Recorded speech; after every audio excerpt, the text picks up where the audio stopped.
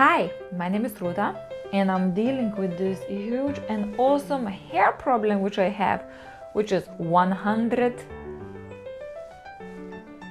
days of good hair days, hair diary, which includes my mood diary too. And today we are on the day, I think 57 technically, but now things are getting complicated and for some hairstyles I need a partner. My partner is at work at the moment, so I'm skipping 2 hairstyles and I'm doing another one which I still need partner, but I think this one I can do. So this is very interesting but quite popular hairstyle for long hair called Dutch Plait. The classic Dutch Plait, which is basically inverted version of French Plait. So when we do the French plait, imagine here or here as our plait, we kind of do plaiting in this way. We keep on putting side hair in the middle over the top. With the Dutch plait, we do it opposite. We take the out of 3 strands, the side strands, and we kind of put it under, put it under, put it under, put it under, and therefore we get this plait kind of like sticking out on the surface rather than looking like that.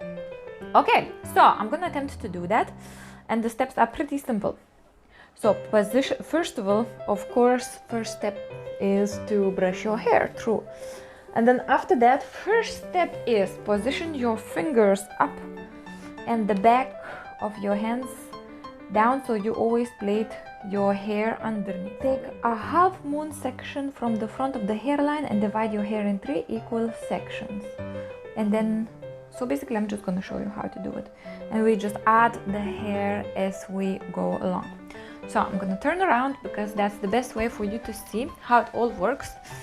But before that, so half moon section, well, you can do it without comb or you can do it with comb. I'm going to do it with comb. So it's going to look a little bit more tidy. So this is half moon section from the front. I'm not taking too much hair because I'm going to need quite a lot of hair to be added. And I'm going to brush it through. I'm going to brush my other hair. The most difficult part with these hairstyles is getting hair not really entangled with the, like between the ends when you keep on doing the plait. Okay, so I divided in 3 different strands, and now I'm gonna show you how it looks like from the other side. So 3 strands, and I'm gonna start without adding any hair. So the most right side strand goes under. Okay, let me do it again. I got confused. I confused myself.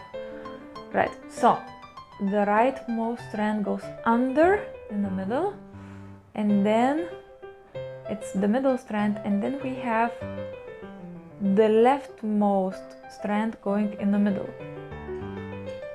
Okay, now again on the right hand side we have a right hand strand, and we're gonna go put it in the middle, under, and now when we're gonna add hair from the left hand side, we add some hair and we put it in the middle and we go it under, basically go it under. So we don't put it over the other strands, we're doing it under the strands. I don't know if I started it correctly, but I'm hoping it at least finish it correctly. So a bit tricky to handle on your own, but it is possible if you have your hands used to managing different strands. So your fingers are kind of like used to keeping hair strands apart. So like now I'm adding this into the middle section And now I'm keeping those two strands and I'm letting go of the right strand, but at the same time I'm adding extra hair and now I'm putting it in the middle. Now I'm keeping hold of those two on the right hand side, middle one and the right one, and I let go of the left one, and then I'm adding extra hair and I'm just kind of like sweeping it under in the middle. So basically the plait is getting thicker as we plaiting it along, and it is possible that it looks like messy, but as long as you can keep the hair strands separated, the ends you can entangle them. So not everything is lost, even some of them kind of like sticks together, because we're gonna end up doing a 3-strand plait. So we can brush through the lengths once we finished with this. So yeah, as you can see, as you start doing it, the process, it kind of flows. It's better to have somebody do it for you if you have a long hair, because it is easier to kind of like just separate the strands. There are some hairstyles that I wouldn't really attempt to do on my own because it's just too tricky. Therefore now I'm skipping to this Dutch Plait, which I've done I think with other hairstyles which I had done before. So I finished my plait, and while I was talking, camera switched off, or it finished. So okay, let me check how it looks like. Not that bad for someone who is doing it for the first time on entire head. So I'm just now finishing the plait, and I'm just doing like a normal 3-strand plait, because once you've done the length, there's not much else you can do. Once you kind of incorporated hair from both sides, then you kind of switch into regular plait, but you keep on doing the Dutch plait style, so the pattern is that way, not the opposite way. So when you do French plait, I think it's kind of like, or normal plait, upwards or downwards, and when you do Dutch plait, is the little arrows that you get in your plait is the other direction. It's a bit like knitting. If you do knitting, you know what I mean by that. Okay, so, and what I'm gonna do, I'm just gonna kind of pull out sides of the plait, just to kind of make it look a little bit more voluminous, like it has a little bit more volume. Especially because I think one of the strands then ended up being a little bit thinner, so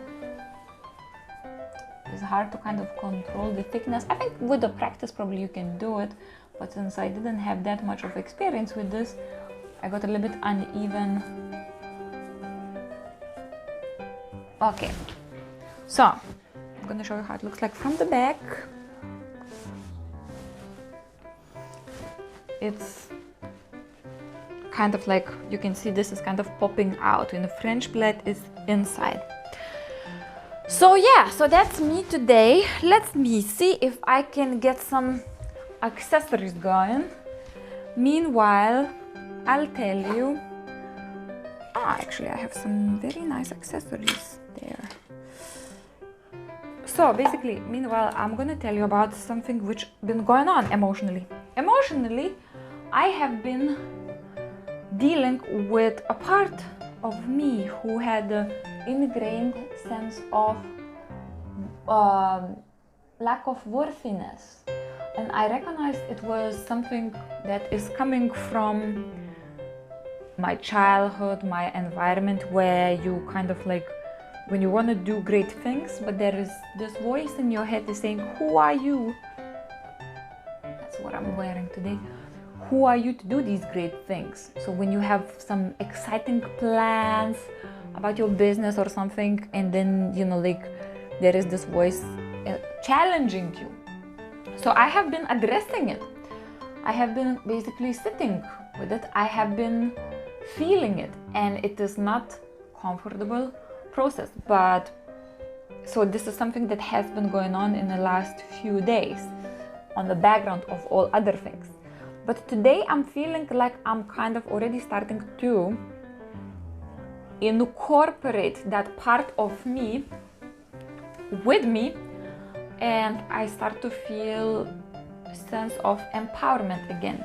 It happens, empowerment happens every single time you accept a rejected part of yourself. So it's not like empowerment, well, maybe it happens to some people, but it's not like you become empowered once and that's your top power and you cannot do any more self-empowerment after that. No, it's kind of like, okay, you had this aspect of yourself which you rejected and you kind of reclaimed it, and you feel sense of empowerment, sense of stability. And then you have this another aspect of yourself which you have reintegrated, reclaimed, and you have more sense of empowerment. And then you have another aspect, and you have another aspect, and you have another aspect.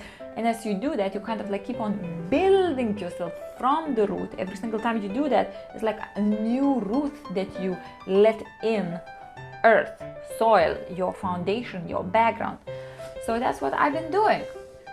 And I feel fine. I feel hungry and fine.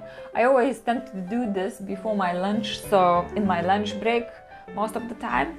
So you catch me, or I do this when I'm hungry. And then, but this is something that is very important to me, so I do this first, and then I go to eat. So that's what I'm gonna do today.